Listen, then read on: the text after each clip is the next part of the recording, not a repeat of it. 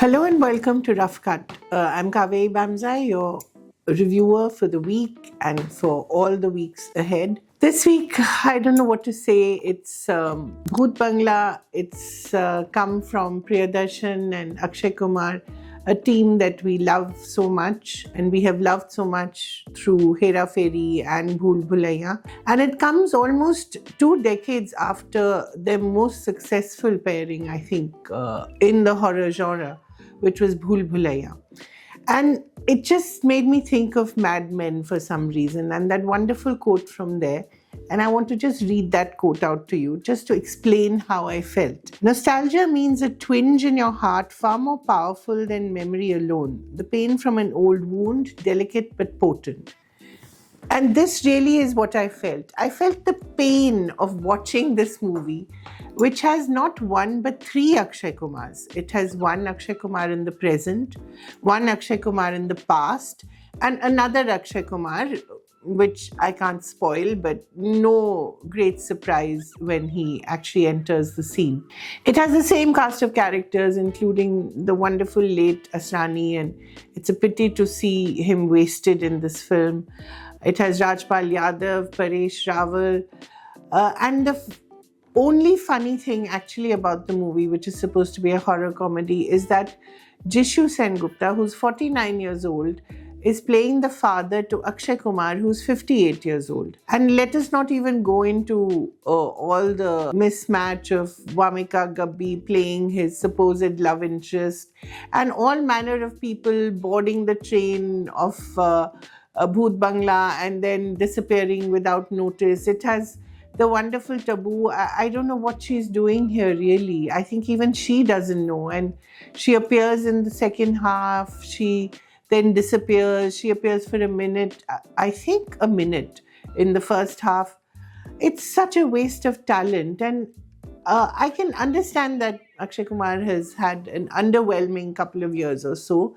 But just to sort of exploit a wonderful memory and a wonderful movie like Bhulaiyaa, which I think even now, if you speak to anyone, any child who'd watched it or any adult who'd watched it, will never forget the Manjulika episode and just so many gags out there, including this wonderful credit song, which they've tried to recreate again.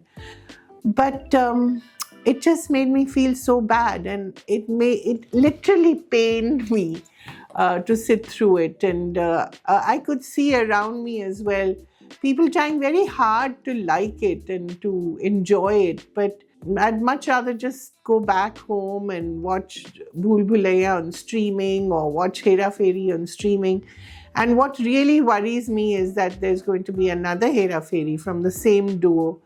So I don't know how much they're going to exploit and murder our memories and, murder whatever little love we had for them. So it's really such a disappointment. Please don't waste your time watching Bhoot Bangla. As I said, you're better off just sticking to re-watching the old classics with the both of them. And the second thing I want to talk about today is Euphoria.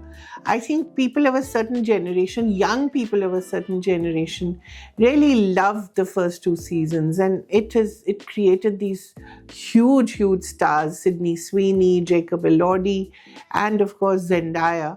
And when you see the third season, which is, I hope, going to be the last season, it gives you the same sense of pain and trauma, literally, that Bhoot Bangla gave us, because it's, again, I think, just sheer exploitation. The stars were available, I think, a window in their very, very busy careers. We just saw Zendaya in the drama. We saw Jacob Elordi in Wuthering Heights. We've seen Sweeney everywhere. And they decided to do the third season.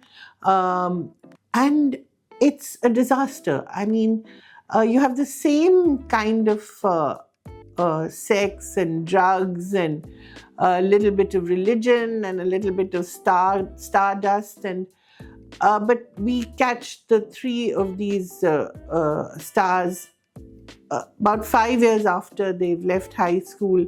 And there's really not much that's changed except that Elordi has become meaner. He's engaged to Sydney Sweeney's character, who's become even shallower than she was. And Rue, that is Zendaya's character, is still a drug mule, swallowing little balloons of fentanyl and taking them across the border, and having a brief moment of wanting to attach herself to religion. There's a couple of interesting characters, including Sharon Stone and Colman Domingo, but the really outstanding character is that of Alamo, who plays this king of, I cannot actually say it out loud, but it's a series. It's a series of nightclubs which he says are fully nude and always lewd.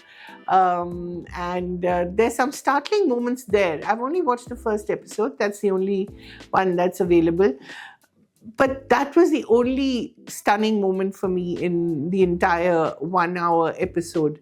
It doesn't look like it's going to get better, but I guess those who love these three characters, and there are many out there, will maybe just enjoy it, or just maybe rue the fact that Rue has been reduced to this. I, for one, would much rather watch the first 2 seasons, or just go out there and watch the movies that these three people make. And they make some interesting choices, even though you may not always agree with them. So really, for me, what is there to watch this week? Not Bhoot Bangla for sure. Maybe Euphoria season 3. But otherwise, I think you're much better off rewatching something from the past. So, see you next week.